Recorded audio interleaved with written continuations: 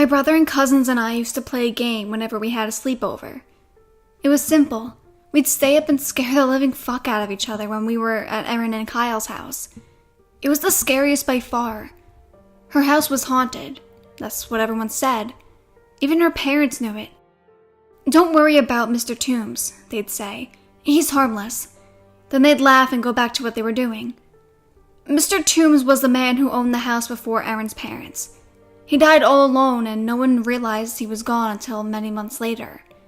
Even though the house got gutted and renovated before it was on the market, we had this feeling he died in the basement, right near the furnace. The air there just felt thick and heavy. We'd have our sleepovers a few times a month. Our parents all worked at the same factory. Whenever they had to take the third shift, we'd either stay at home and Erin and Kyle would come over to our house, or Greg and I would go over to Erin and Kyle's. I never minded all the moving around, until Kyle said we had to play that game. I hated it. Kyle was the oldest and could be mean if he wanted to. He wasn't a bully. He usually knew when to back off and genuinely felt bad if he made one of us cry. But he still liked to get his way, and that meant we'd have to play the sleeping game. The first time we played the sleeping game, we were at our house. The four of us were in sleeping bags in the living room, and Kyle started to tell a really terrifying story about a skinny alien that comes through the window and cuts you up in your bed. Greg, Erin, and I hated the story, but I could tell Erin was especially horrified. She was only 6. I kept telling Kyle to take it easy on his sister, but he was relentless. To Erin's credit, she didn't cry, but I think that was the problem. He probably would have stopped if she had. The game went like this. After the story, you weren't allowed to get out of your sleeping bag.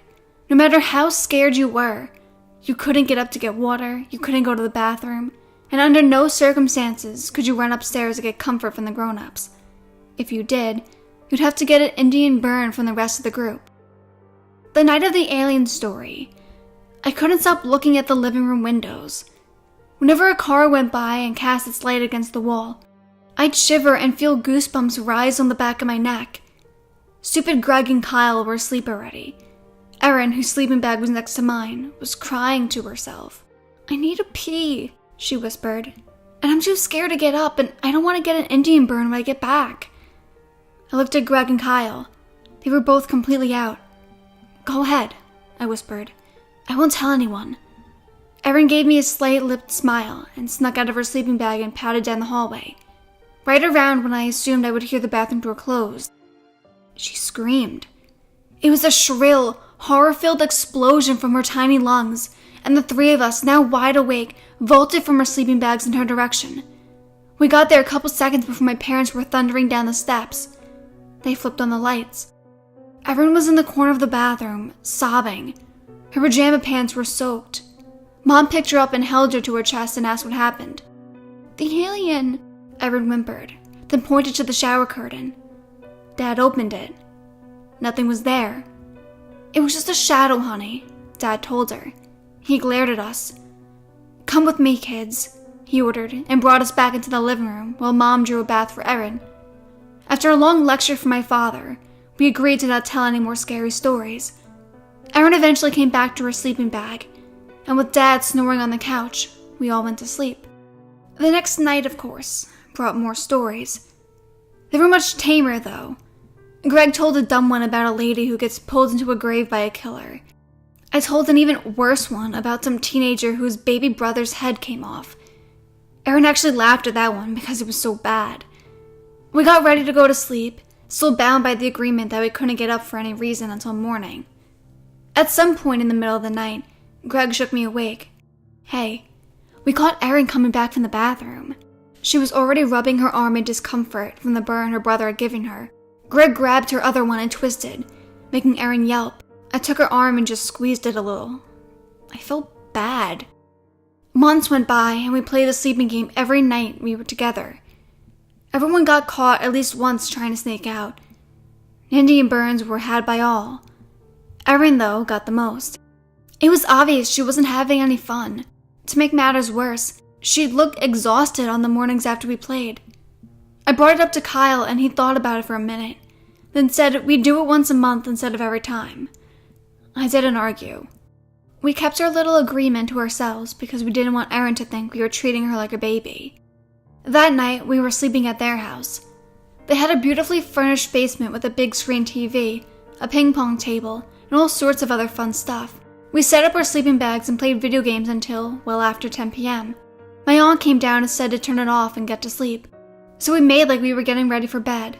But when the lights went off, Kyle said it was time to play the sleeping game. I groaned, but he shot me a look in mouth, only one, to me. At least he was holding up his end of the bargain. Like we always did, anyone who needed to get up to pee or get a drink beforehand was allowed to. I went, followed by Kyle and Erin. We all came back. In the glow of the flashlight, Kyle liked to hold his chin under when he told the stories. Kyle started to talk about a ghost.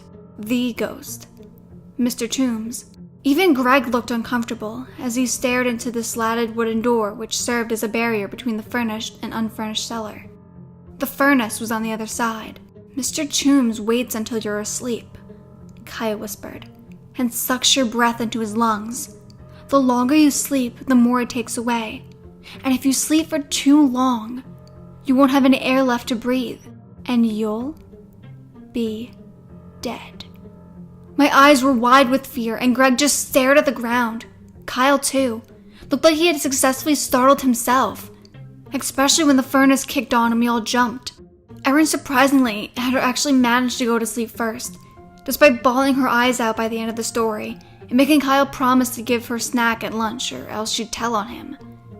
I snuck her one of the lifesaver candies I stashed away to help her feel better. I guess it worked. The rest of us tried to go to sleep. Kyle caught me getting up to pee and gave me a wicked Indian burn. But since he caught me while he was on his way to the bathroom himself, I was able to reciprocate. Hard. He punched me in the arm and I swatted him back. I won. We tiptoed back into the basement and got into our sleeping bags. It was the worst night's sleep I've ever had. Each time the furnace kicked on, I knew I'd see Mr. Toombs floating above my sleeping bag, ready to suck the life out of me. Like always, my aunt came downstairs in the morning to wake us up for school. She started with gentle calls, then hollers, then shouts.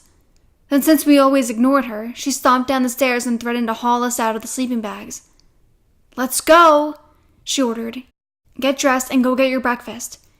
Erin, if I have to ask you again, I'm going to flush your goldfish." Erin didn't budge. "I swear to God, Erin, Goldie's going down the sewers with the Ninja Turtles in 3, 2, 1. Nothing. Concern flashed across my aunt's face. Kyle, who'd been sleeping next to her, shook his sister. She didn't respond. My aunt rushed down the room and pulled Erin to her. She hung limply out of the sleeping bag. Everything went really fast for a while. The ambulance came with my aunt and uncle screamed and cried, and Kyle, Greg, and I just sat there in stunned silence. My parents arrived soon after. They were also crying. We were all asked if we saw her drink any alcohol or take any medicine. None of us had. I knew Erin had been the last one to use the bathroom before bed, so I mentioned that. Someone went into the bathroom and returned with an empty bottle of sleeping pills that had been in the medicine cabinet. Through her tears, my aunt insisted that the bottle had been empty to begin with, that she'd been saving it so she could remember which kind had worked for her so she can get it again. But there was no other explanation at the time. Erin was dead. There was a funeral. It was terribly sad. But I went on with my life. Everyone had to. I learned years later that the toxicology reports had been negative, and Erin's death had been ruled as an accidental asphyxiation. They blamed the sleeping bag, and my aunt and uncle sued for millions. When Greg was moving out before his first year of college, I was asked to help load the van. I didn't want to, but I helped anyway. Some of the heavier things were boxed up in the unfinished part of the cellar, by the furnace. I went down and tried not to think about poor Erin. When I opened the door and entered the warm furnace room, I remember that feeling I got the first time I'd been in there. An image of Mr. Toombs decaying next to the furnace flashed through my head. I shivered, but then I noticed a familiar, strange heaviness in the air. I noticed the smell. It was different from the sour odor that reminded me of the last breath trapped inside the corpse's rotting lungs. The smell was sweet, It was cloying, like the breath of someone who'd eaten a lime lifesaver.